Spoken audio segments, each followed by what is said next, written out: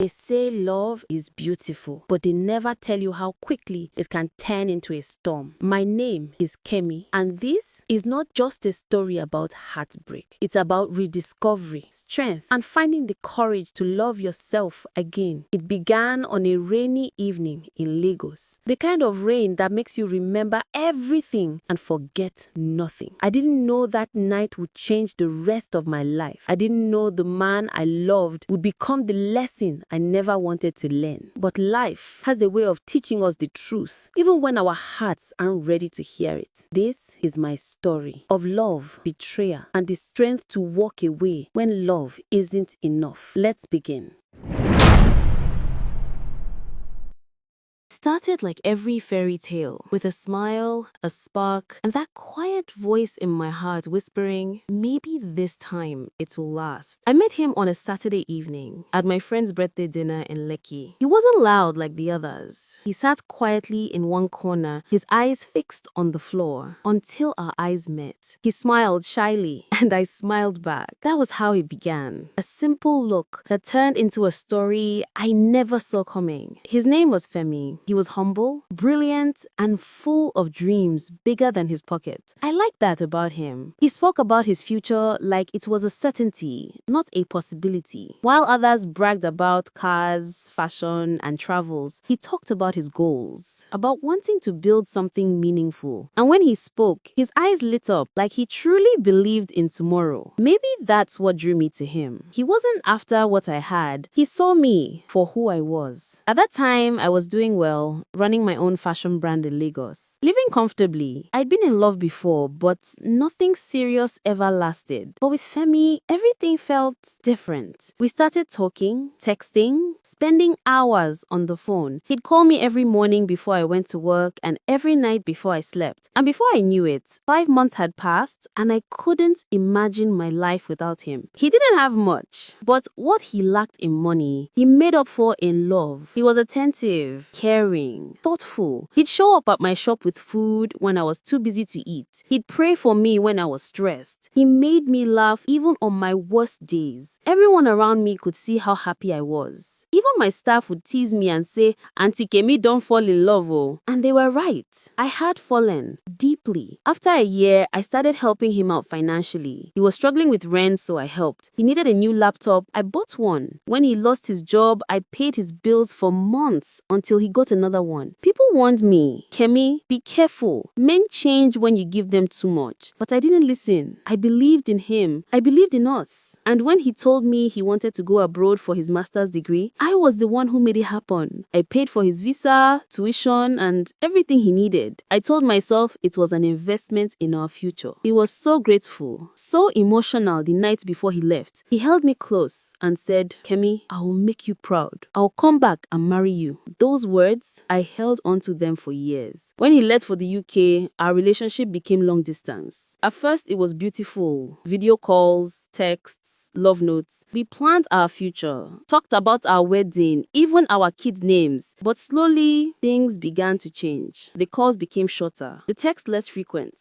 and the I love you that once came easily started to fade. At first, I blamed it on time difference or school stress. I told myself, he's busy, that's all. But deep down, something didn't feel right. One night, I called him and he didn't pick. I called again and again until I stopped counting. Days passed, no reply. Weeks, still nothing. I tried everything, messages, emails, even reaching out to his friends. But it was as if he had disappeared. It hurts because this was the same man who once couldn't go an hour without hearing my voice. And now, silence. I went to his mother, hoping she'd explain. She welcomed me warmly, promised to talk to him, but each visit ended with the same answer. Don't worry, my dear. He's just focused on school. I wanted to believe her. I wanted to believe him, but my heart knew the truth long before my mind accepted it. Sometimes, love doesn't end in a fight. Sometimes, it ends in silence. And that silence was louder than anything he'd ever said to me. Still, I waited, because when you love deeply, hope becomes your worst addiction. But what I didn't know was that the storm had only just begun.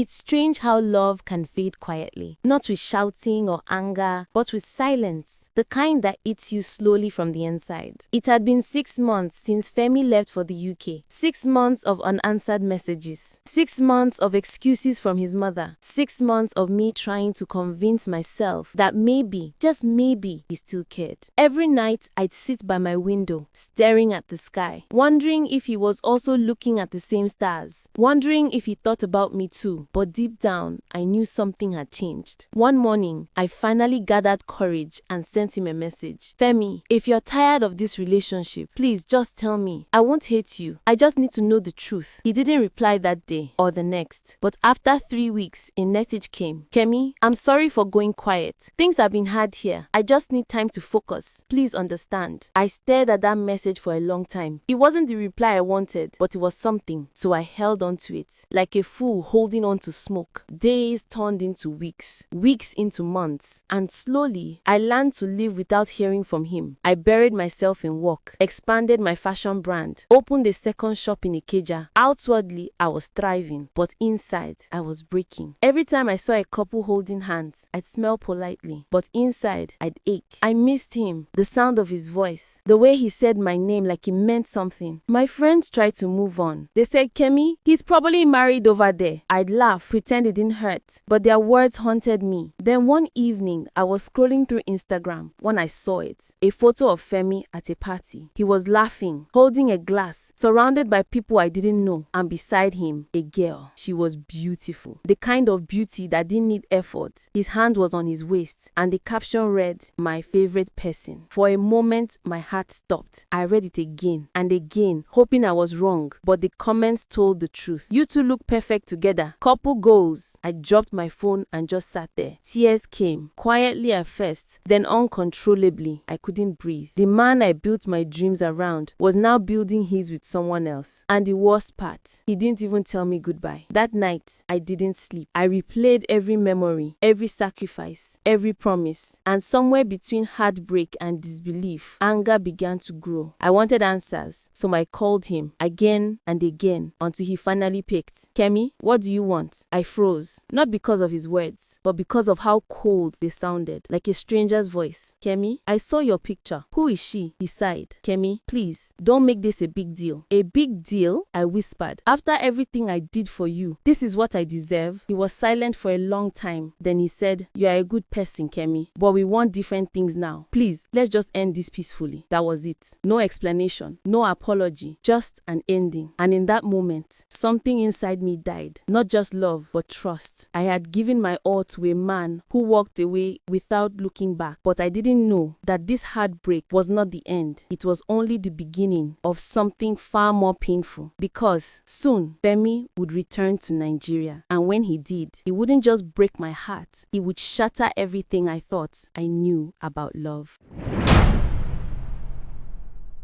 They say time heals all wounds, but sometimes time only teaches you how to hide the scars. It had been almost a year since I last heard from Femi. By then, I had forced myself to stop checking my phone every morning. I had even started to smile again, not because I was happy, but because pretending was easier than explaining. Life was moving on. My fashion brand was growing. My business was thriving. People saw me as this strong, independent woman who had everything under control. But behind closed doors, my heart was still learning how to breathe without him. Then one Saturday morning, everything changed. I remember that day clearly. I had just returned from the market when my phone rang. It was Mama Femi. At first, I hesitated before answering. I hadn't spoken to her in months, but something in me needed closure. Kemi, my daughter, she said warmly. You've forgotten me, oh. When will you come and visit again? Her voice still had that familiar sweetness that used to calm me. I smiled faintly. Mama, I've been busy with work. How are you? She chuckled softly, then added, I'm fine, my dear. In fact, Femi just returned from London last week. He's been asking about you. I froze. He's back. My heart started beating fast. Yes, so you should come and see him. He's been meaning to visit you. Visit me? After ghosting me for a year?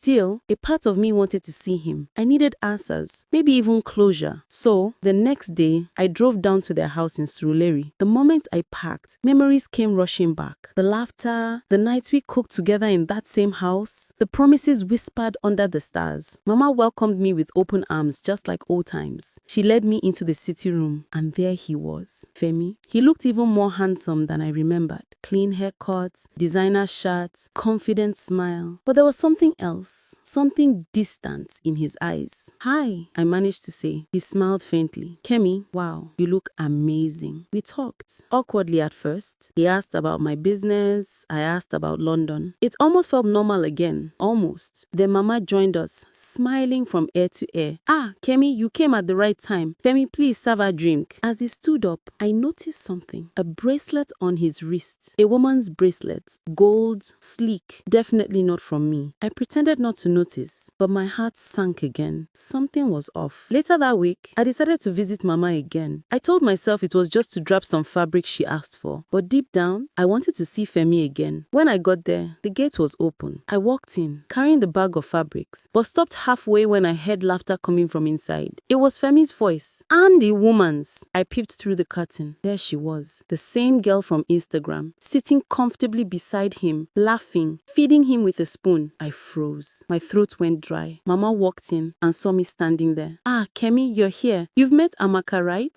"Amaka," I repeated. She smiled proudly. "Yes, now. She's a family friend. They met at a business event. Such a lovely girl." I forced a smile. "Family friend?" I wanted to scream, but I just nodded and quietly handed her the fabrics. That night, I lay awake, thinking about everything. The messages, the silence, the bracelet, and that girl, Amaka. Mama said she was a family friend, but my heart told me the truth. She was the reason Femi left me. Still, I refused to believe it. I told myself maybe it was just friendship. Maybe I was overreacting. So when Mama invited me again the following week for Sunday lunch, I went. I wore my best dress, my brightest smile. If Femi thought he could replace me easily, I would at least make him see what he lost. But nothing could have prepared me for what I saw that day. Because as I stepped into the sitting room, there they were, side by side, and on the table before them were engagement rings. For a moment, the world stopped. The laughter, the chatter, the smell of jollof rice, everything disappeared. And all I could see was the man I loved about to marry someone else. I didn't cry, not that day. I just smiled, said congratulations, and walked away. But inside, I was burning because I knew this wasn't over, not yet. There's a special kind of pain that comes when betrayal wears the face you once loved. It doesn't stab you, it seeps into your soul, slow, quiet, and deep. After seeing those engagement rings, I told myself I was done. I would never go back there again. But the heart doesn't always listen to reason. Days turned into weeks, yet I couldn't stop thinking about him. Every time my phone beeped, I'd still hope it was Femi. Every knock on my door made my heart race, even though I knew he wouldn't come. I tried to focus on work. I poured my energy into my fashion line, organizing shoots, signing new clients. But no matter how busy I got, the loneliness always crept back in the quiet moments. Then one evening, out of nowhere, my phone rang. It was him, Femi. I almost didn't answer, but Curiosity is a dangerous thing. I picked up. "Kemi?" He sounded nervous. "Can we meet, please?" For a second, I didn't know what to say. Meet? After everything? But my voice betrayed me. "Where?" I asked quietly. We met the next evening at a quiet lounge in Lekki, the same place where he once told me he loved me. He looked different, older somehow.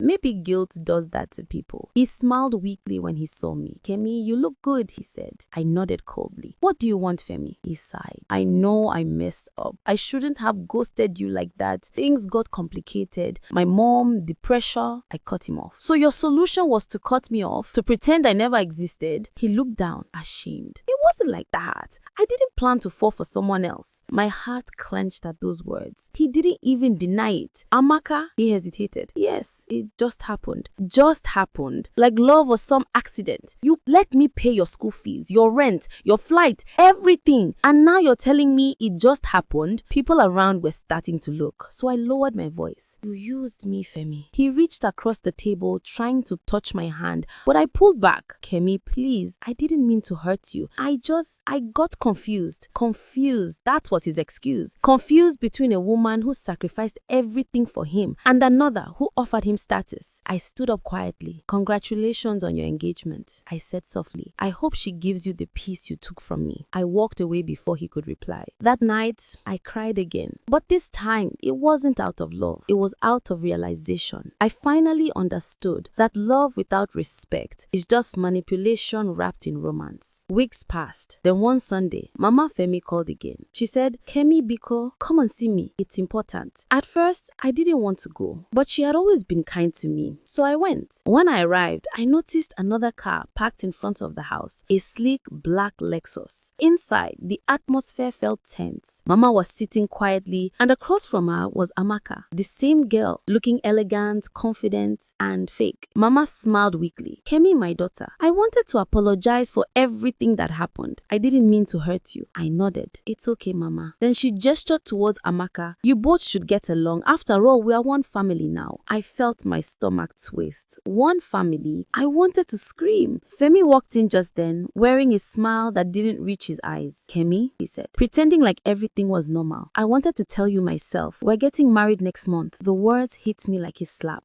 So, this was it. The end. I congratulated them again, quietly, politely, and left before the tears could fall. But as I drove home, one thought refused to leave my mind. Something about that girl was not right. She smiled too perfectly, talked too sweetly, and there was a darkness in her eyes that didn't match her words. I didn't know it yet, but Amaka's truth would soon come to light. And when it did, it would shake their world apart.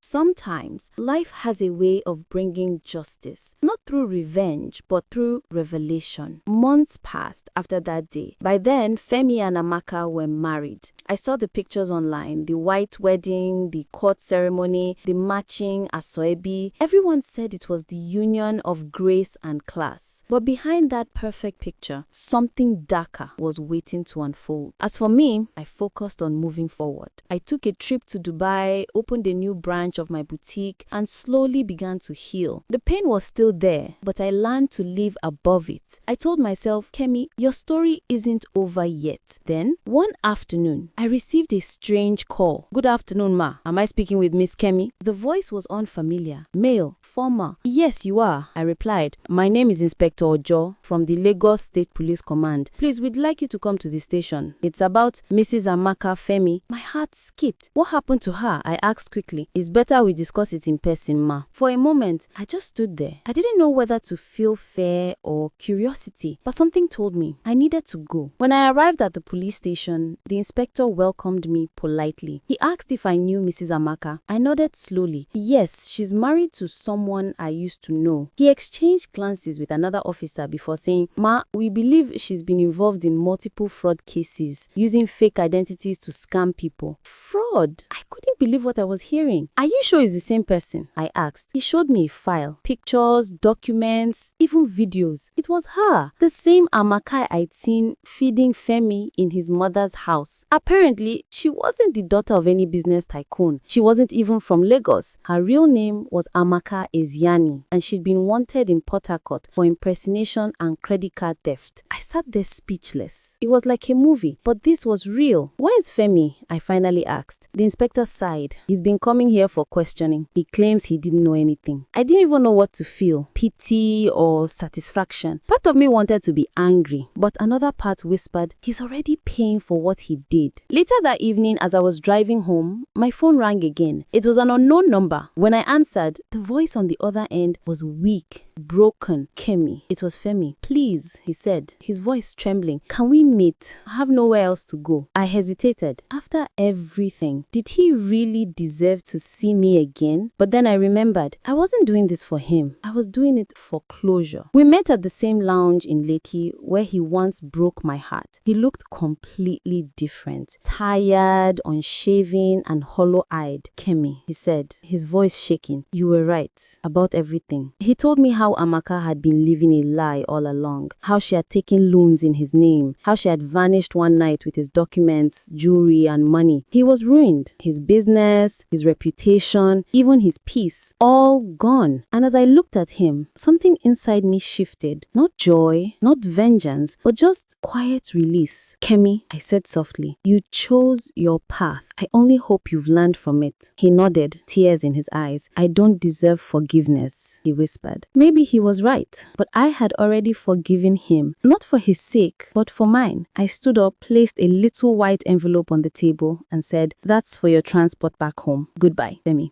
As I walked out of that lounge, I felt light, free. The weight I had carried for years finally lifted. In the months that followed, I focused fully on myself. I started a foundation for young women to help them build their dreams without depending on anyone. And for the first time in a long while, I found peace. Then, one day, I met someone new. Not a man who needed saving, but a man who wanted to build with me. He respected me, valued me, saw me for who I was. And in that moment, I knew I had finally healed. So if you are listening to my story today, I want you to remember this. Never shrink yourself for anyone. Love is beautiful, yes, but only when it flows both ways. Because the woman I was before, she loved blindly, but the woman I am now, she loves wisely. This is Kemi, and that was my story.